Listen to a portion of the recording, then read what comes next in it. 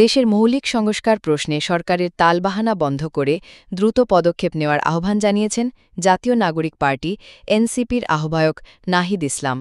তিনি বলেছেন, ৫ আগস্ট গণ অভ্যুত্থানের ১ বছর পূর্তির আগে ৩ আগস্টের মধ্যেই জুলাই ঘোষণাপত্র ও জুলাই সনদ বাস্তবায়ন দেখতে চান তারা।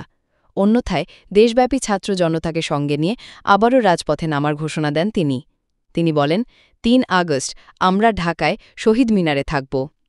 আজ বৃহস্পতিবার ১০ জুলাই দুপুরে দেশ গড়তে জুলাই পদযাত্রা কর্মসূচির অংশ হিসেবে মাগুরা শহরের ভায়না মোড়ে শহীদ মুক্তিযোদ্ধা স্মৃতিস্তম্ভে এসব কথা বলেন তিনি।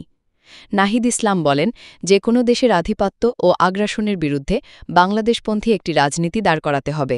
বাংলাদেশকে নতুন করে গড়তে হলে আমাদের ফ্যাসিস্ট ইজমের সঙ্গে জড়িতদের বিচার, দেশের মৌলিক সংস্কার এবং একটি নতুন সংবিধান প্রয়োজন।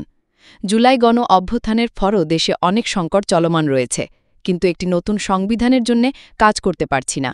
এ সময় দলটির দক্ষিণ অঞ্চলের মুখ্য সংগঠক হাসনাত আবদুল্লাহ, উত্তর অঞ্চলের মুখ্য সংগঠক সার্জিস আলম, যুগ্ম আহ্বায়ক ডাক্তার তাজনুভা জাবিন, সিনিয়র যুগ্ম সদস্য সচিব তাসনিম জারা, রংপুর মহানগরের মুখ্য সমন্বয়ক সাদিয়া ফারজানা দিনাসহ অন্য নেতারা উপস্থিত ছিলেন।